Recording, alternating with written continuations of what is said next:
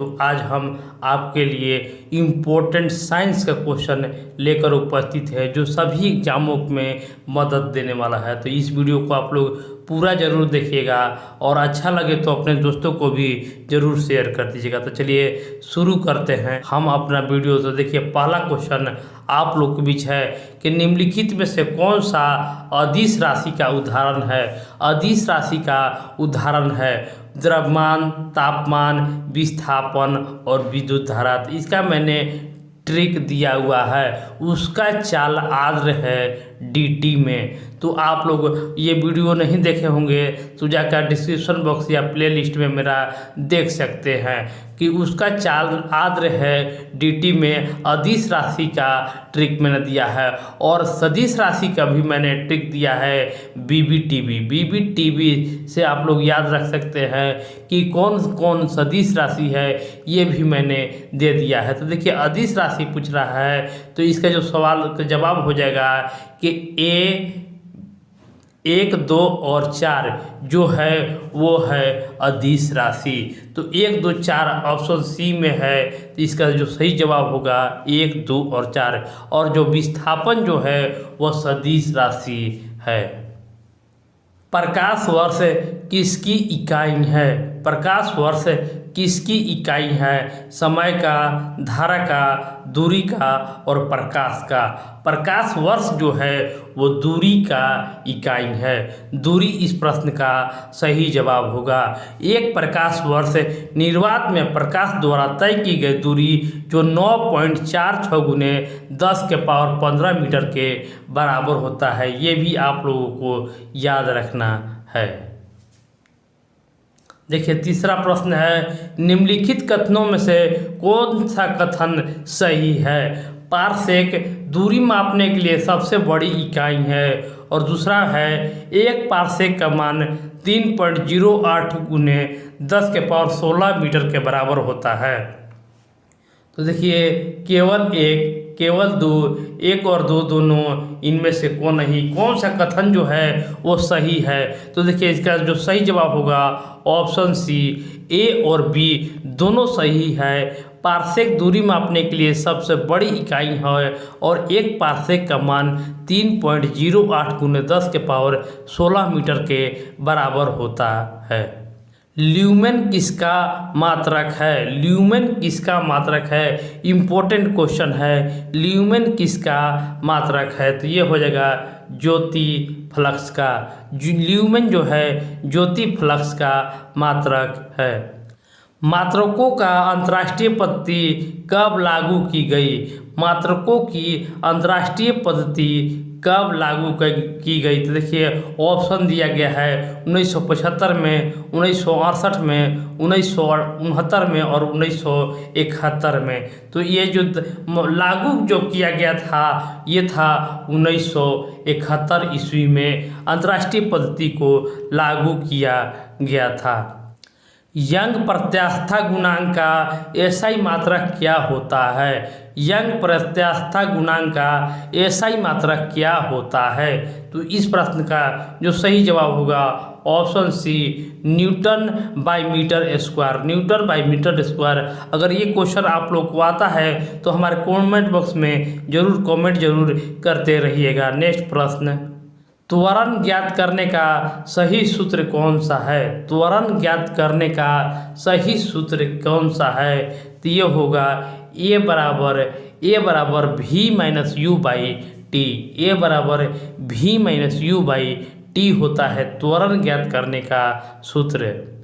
निम्नलिखित में से कौन सी भौतिक राशि की इकाई वही है जो दाब की है। देखिए पूछा है क्वेश्चन कि भौतिक राशि की इकाई वही है जो दाब की है। तो इसका जो सही जवाब होगा प्रतिबल। प्रतिबल की इकाई वही है जो दाब की है। रेडियो एक्टिविता का मापन किससे किया जाता है। रेडियो एक्टिविता का मापन किसके द्वारा किया जाता है।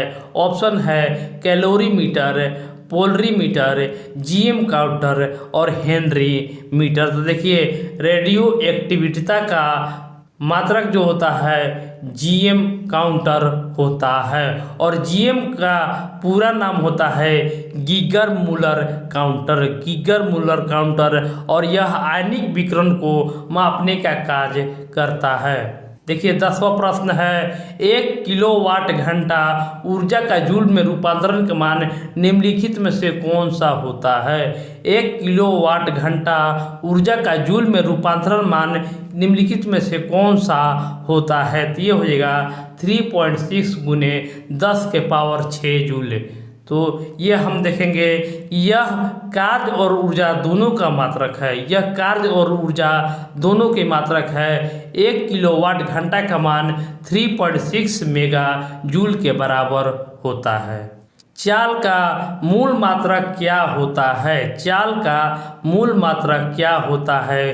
तो इसका जो सही जवाब होगा metre by second, metre by second. किसी वस्तु की चाल उसके द्वारा तय की गई दूरी को उसमें लगे समय से विभाजित करने से जो प्राप्त होता है उसको इसका मूल मात्रक मीटर प्रति सेकंड होता है। पदार्थ के संवेग और वेग के अनुपात से कौन सी भौतिक राशि प्राप्त की जा सकती है। पदार्थ के संवेग और वेग के अनुपात से कौन सी भौतिक राशि प्राप्त की जा सकती है। तो वो हो जाएगा द्रव्यमान, द्रव्यमान प्राप्त किया जाता है। एक प्रकाश वर्ष किसके बराबर होता है, एक प्रकाश वर्ष किसके बराबर होता है। तो इसका जो सही जवाब होगा 9.46 गुने 10 के पावर 15 मीटर, 9.46 गुने 10 के पावर 15 मीटर होता है।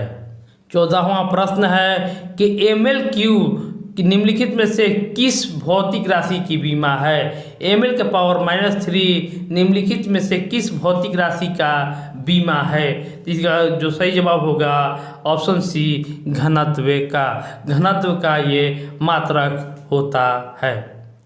किसी वस्तु के अंतिम स्थिति तथा प्रारंभिक स्थिति के बीच का न्यूनतम दूरी को क्या कहते हैं। प्रारंभिक स्थिति के बीच की न्यूनतम दूरी को क्या कहा जाता है। तो वो हो जाएगा विस्थापन। विस्थापन अंतिम स्थिति और प्रारंभिक स्थिति के बीच की न्यूनतम दूरी को विस्थापन कहा जाता है। और विस्थापन एक सदिश राशि है। विस्थापन का मान धनात्मक, ऋणात्मक या शून्य भी हो सकता। न्यूटन के पहले नियम को क्या कहा जाता है। न्यूटन के पहले नियम को क्या कहा जाता है। तो जो इसका सही जवाब होगा जड़त्व का नियम। न्यूटन के पहले नियम को जड़त्व का नियम भी कहा जाता है। किसी पिंड को उस गुणधर्म को क्या कहते हैं जिससे वह सीधी रेखा में विराम या गतिमान गति की स्थिति में किसी भी परिवर्तन को विरोध करती है, क्या कहा जाता है। तो देखिए इसका सही जवाब होगा ऑप्शन ए जड़त्व, जड़त्व कहा जाता है।